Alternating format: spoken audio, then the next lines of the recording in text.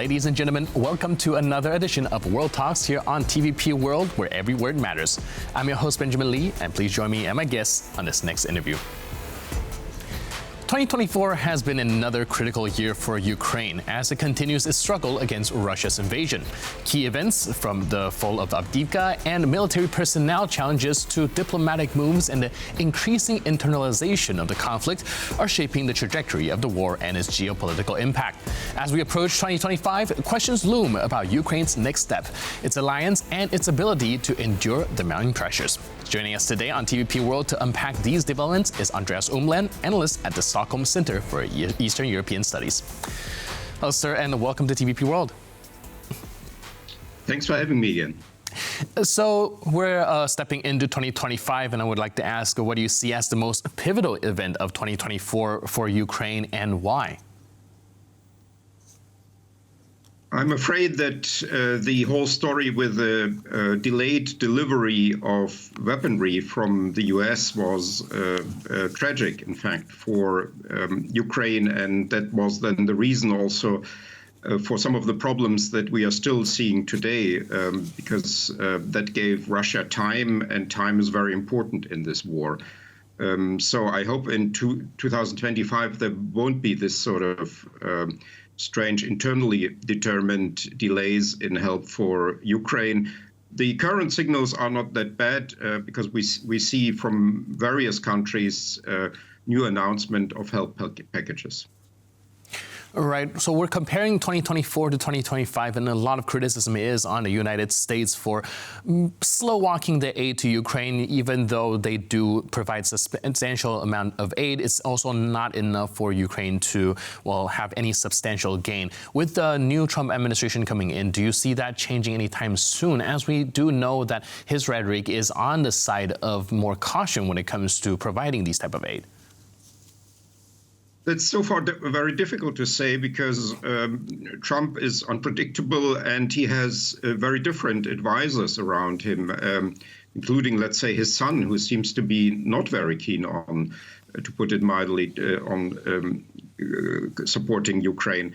So what will eventually come out of this is rather difficult to predict, and one just hopes that the European countries will be then ready to fill the gap if indeed the US leaves basically this conflict, and that then the European countries will provide the necessary help, perhaps even buying American equipment in the US for Ukraine that will not be delivered by the US anymore.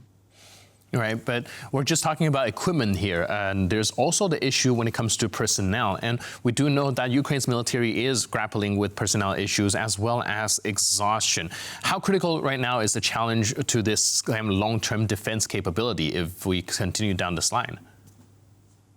I think this issue is sometimes overestimated. One of the problems now that, for instance, the new formations that are being created, the new battalions and so on, is simply that there's not enough equipment and kit for these units. And that has been also the reply by Zelensky to a suggestion from Washington to lower the conscription age in Ukraine, and then also to go down to, let's say, 18 years and draw very young men into the war. There's also an issue here with the salary for especially the frontline allowance.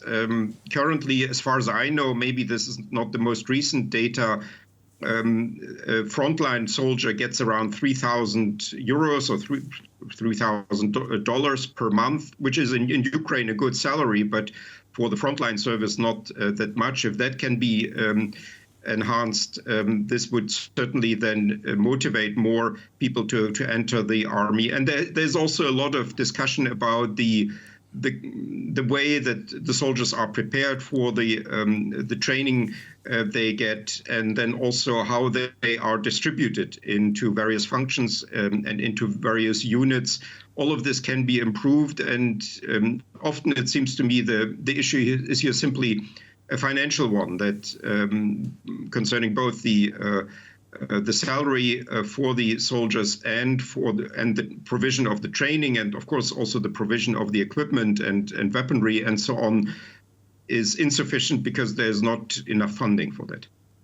Right, and speaking of personnel issues, we also have to look at the Russian side of things. We do know that they have struck up an alliance with North Korea, and we've seen North Korean soldiers now on boots on the ground. Of course, this also raised some concerns globally. Do you think that this signal, what do you think this signal about war's potential to actually expand just beyond Ukraine? Yes, this is actually in principle a new development because we now have here an Asian country not just delivering weaponry like Iran and North Korea did already before, but actually soldiers from North Korea participating in that. And this is even more grave because North Korea is an unofficial nuclear weapon state, or it is a country that is outside the non-proliferation regime for nuclear weapons, but has nuclear weapons. And so Ukraine, as an official non-nuclear weapon state that is forbidden to have nuclear weapons, is now fighting two nuclear weapon states, one inside the non-proliferation treaty, Russia, and one outside the non-proliferation treaty, North Korea.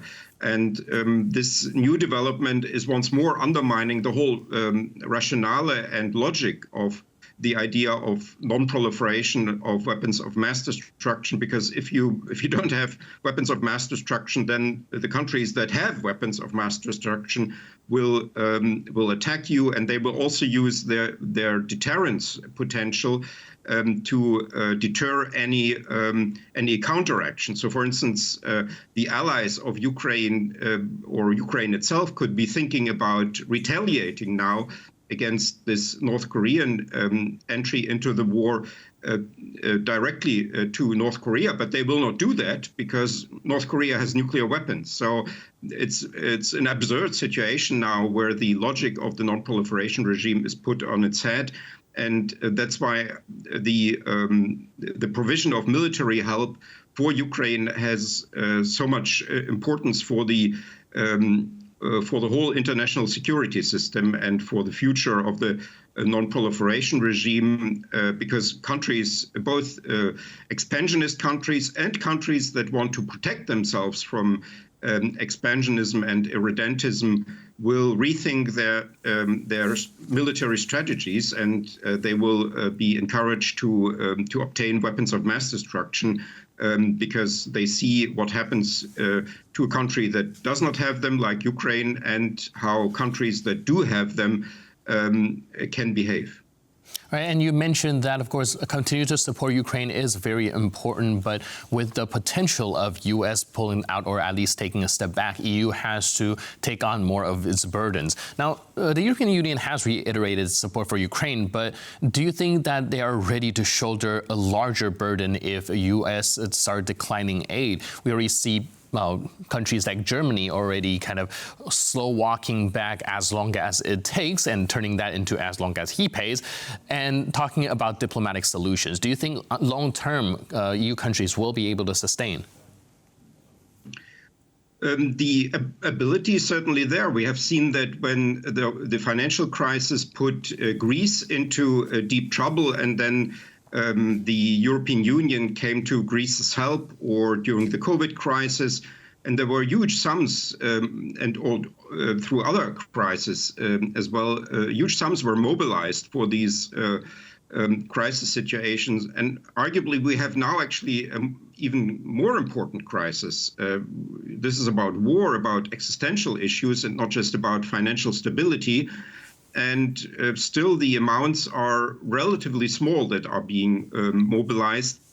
But the EU can mobilize much larger amounts, as we have seen in these previous crises. And I hope this is already being all considered and will eventually materialize.